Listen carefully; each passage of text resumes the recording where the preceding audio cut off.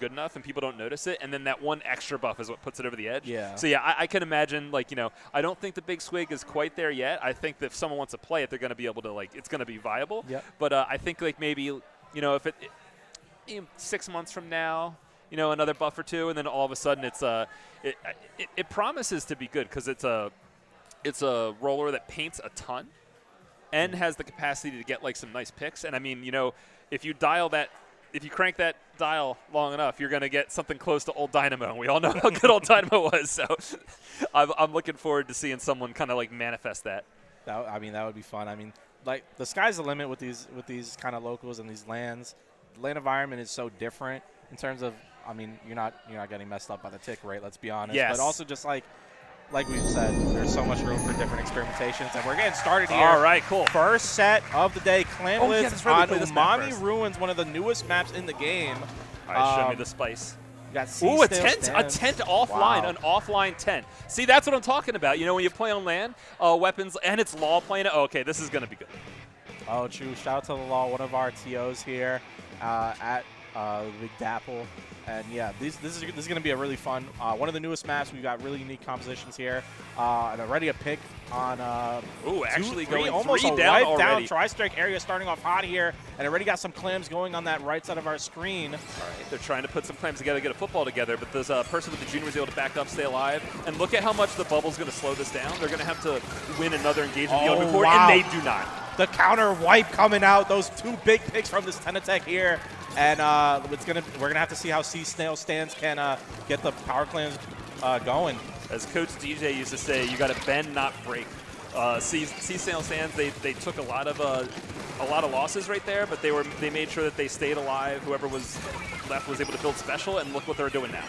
Yeah, and this Tenatech is doing a lot of work. They're gonna use that tri-strike to get even more space. The counter tri-strike going to come out there, get a couple picks, and now this is where tri-strike area really needs to get some map control back, get back to the middle. You're going to see them putting a lot of pressure here on the left side. That one member of the team kind of out alone, the Law, the Ten Umbrella getting stuck alone, but two counter picks.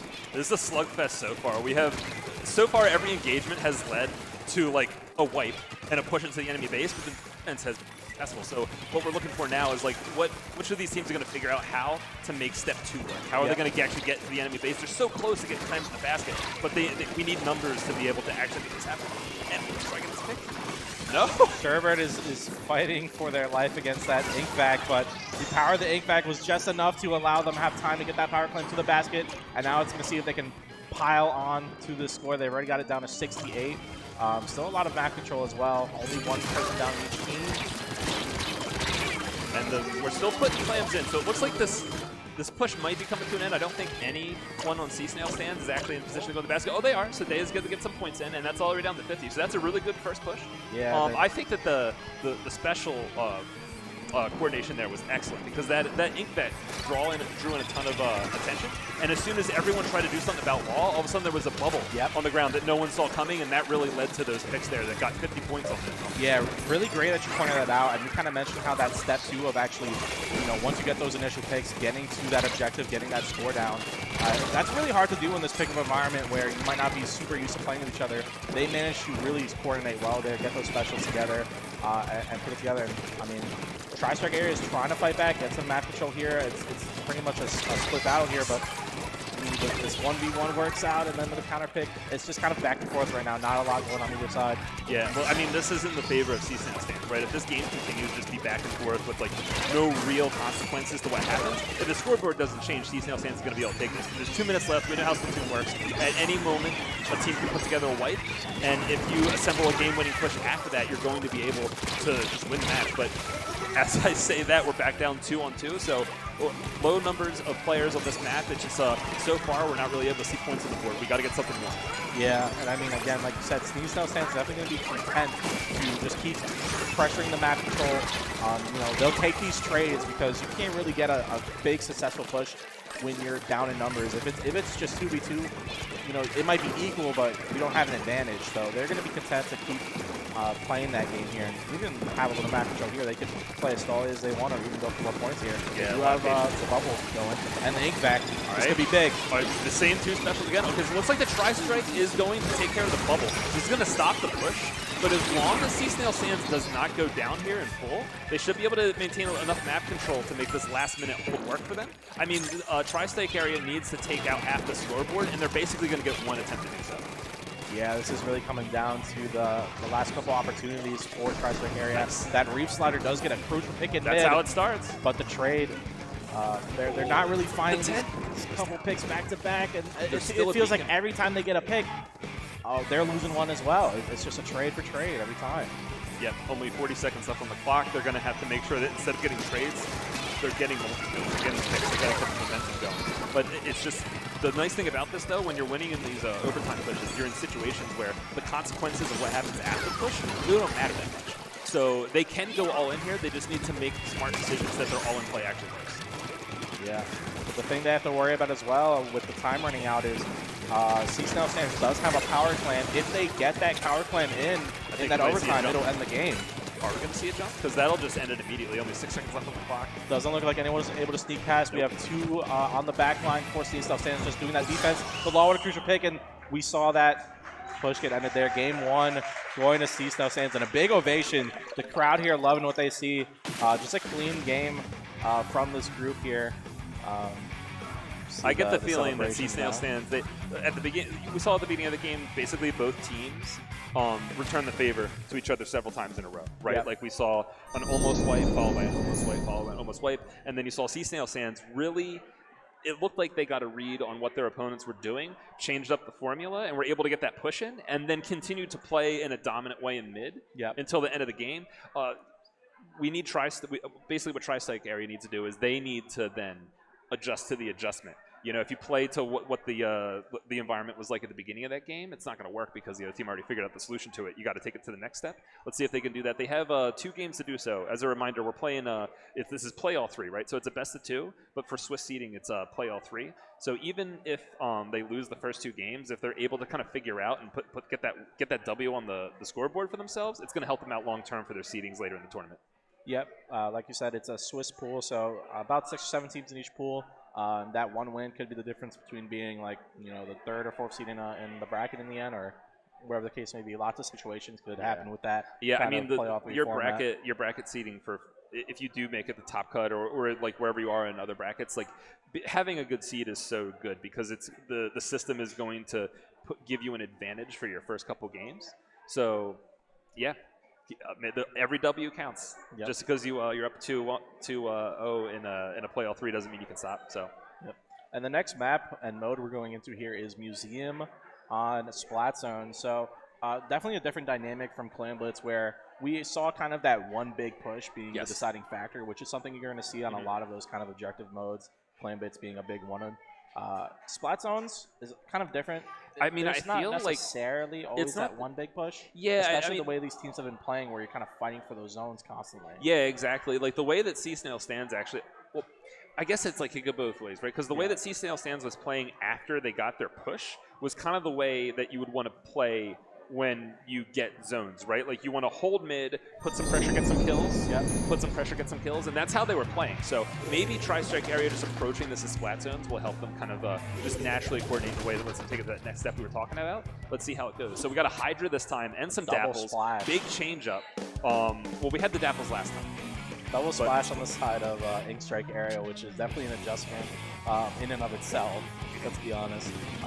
Both of those splashes being very good weapons, but we're going to see this initial battle for turf control. One pick on the right side of our screen here. 2 picks actually, so Tri-Strike area with the initial advantage, but if they can, put that pressure on, they don't have like an objective where they need to go all in and try to get those points on the board. They just need to control this space, keep pushing back, seize those hands. As long as they don't go all down, that's huge. Nice. And this Crab is extending this push very heavily, extending that control. I want to see this player not die for this push. I think that, yeah. So what I would have done in that situation was try to jump down to the mid, and I think that if they get to this kind of hold again, and they're able to get the pick and not die and go to mid, they might be able to steal a deal, because look at how much time's up. Yeah, and two specials coming out from Tri-Strike area, although the Booyah with the Hydra does get taken out. And two more picks from that, I think that was the Izuka. That's old me saying It doesn't matter what it is now, because we get to see what the push looks like. So immediately Law is up with the with his delay up onto the flat of the enemy, and this is exactly what you want the Tetris to be doing, drawing attention to yourselves, getting a pick, getting a trade, another teammate gets a pick, and now it's a 2v2 situation, 2-on-2, really hard to change the game state, and this clock is ticking down. They've got the score halfway down to where they need it to be. If they can get one more similar push, they can get the lead, and with Ball in position to cause more of these distractions and get the pick, and once Tetra does this, he's already done the job. Yeah, and I mean, that's only the Hydra left for Tri-Strike area. Hydra's not a weapon that can push out quickly on its own, so that's definitely going to be the lead, at least for Snail fans, and still potential for more. The Booyah's going to stall them out with the tactical leader. They have a chance to dive here, but the trade, 2 down now for Tri-Strike area. This is going to be very hard to stop. Yeah, we were leading to a situation where they could have gotten it back because they did the right thing. They treated this like a situation where they're going to lose lead. It's okay. Get the answer. Oh, they could be doing it right now. They need paint though right now, but Day gets the pick. Pete, no, that is it. It looked real promising for a second. They got those 2 picks, but then their last 2 members that were alive kind of got split up, and Snail Stance was able to use that to advantage because they already had the ink advantage. You know, it was Tri-Strike area pushing in, so once they got split up there, it's definitely in Snail Stance advantage to pick those last 2 off. And it's also in those scramble situations, once you don't have a visual on your teammates anymore, it can be easy to get into an engagement or have someone kind of like flank you or sideswipe you what you didn't quite expect. And what kind of happened there is, after what you said, people just kind of like lost their individual fights when they were discoordinated like that. Could have gone either way, but you know, sometimes you just got to make sure that the group acts in a way where those little individual blunders can't happen. Didn't happen that time, but I think that was even though that game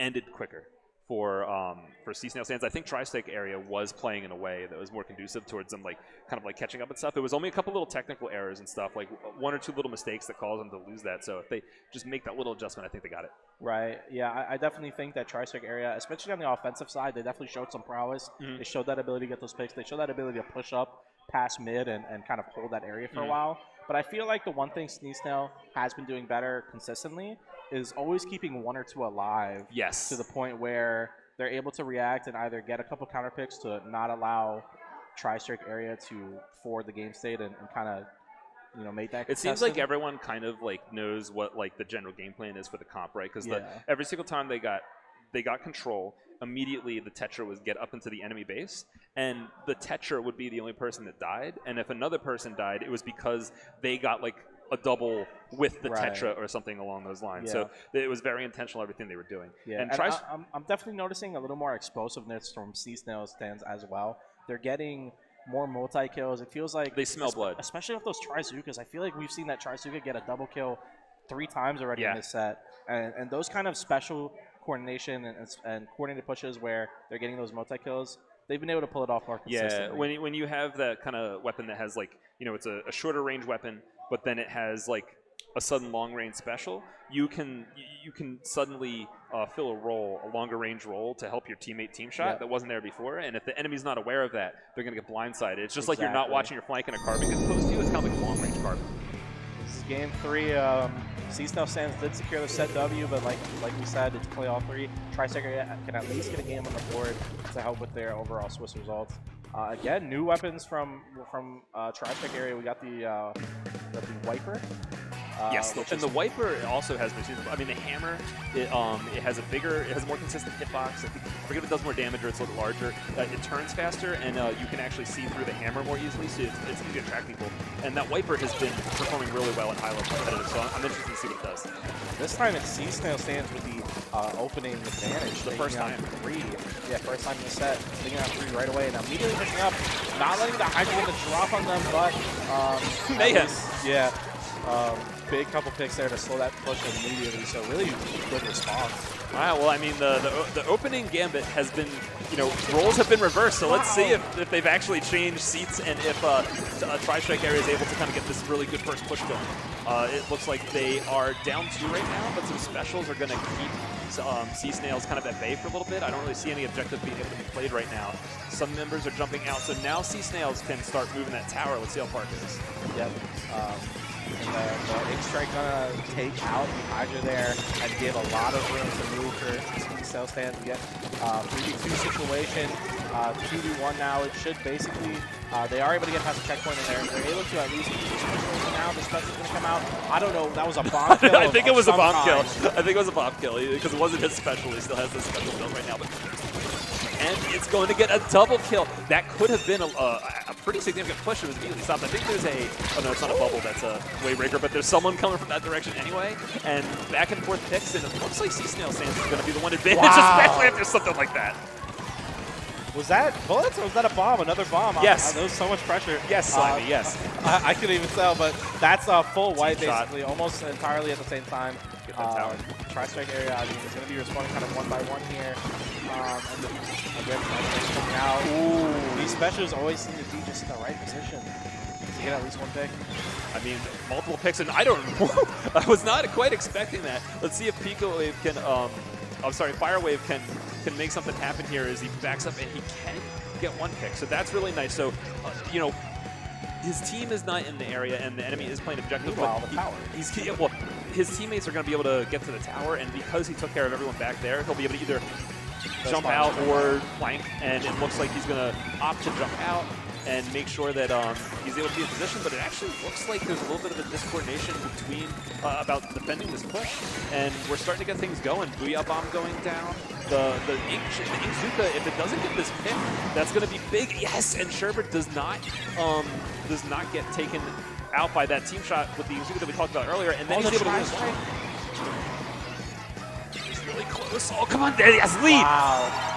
There we go. I mean, the specials just kind of came one by one and kept lengthening that push. The Tri-Strikes were staggered enough to where they kept providing breathing room. And we saw that Tri-Zuka from C-Snail Stance kind of out of position to where he just didn't have an angle to get the fix. It was like sort of in position, but it's just, it was like Sherbert, they had the better game awareness than like what we've previously seen, and they were able to get away from those shots, go win the one-on-one that Inkzuka was trying to stop them from being able to win, and then make this lead happen. Only a minute 39 left. I mean, C-Snail Stance has showed us that they can make these game-winning pushes, but let's see how they operate under pressure, or can Tri-Strike area get that W that we were talking about earlier to get themselves onto the Swiss series. I mean, they definitely have the map control going right now, but there hasn't been a pick on either side yet.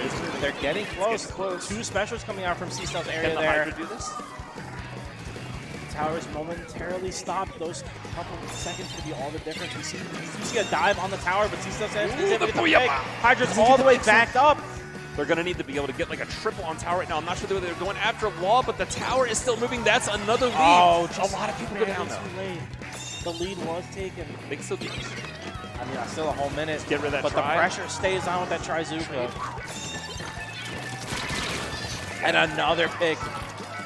Yeah, I mean, C-Snail Sands is playing to win right now. They immediately knew what they had to do, get into position, play that objective, do not let themselves get taken out by the enemy, you know, or work together, keep your eyes on your teammates, and they were able to kind of get that lead. And now with 35 seconds left, there's so much scrambling going on right now. The pressure is still so high that it's going to be hard for Tri-Strike area to get this back. I want to see them do this.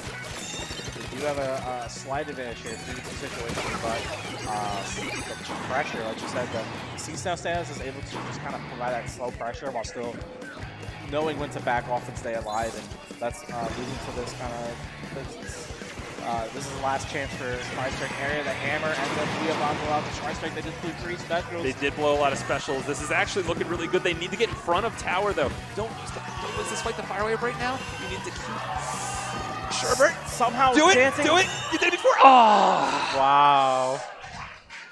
Sure. C-Snail Stance in the pressure situations, coming in clutch. Managing to. I mean, that was still close. You saw the adjustment over the course of that set. That's one of the closest games you could possibly see. Just back and forth, a huge push every single time, basically, constantly furthering that score. But C-Snail Stance with the 3-0 victory. I mean, just kind of.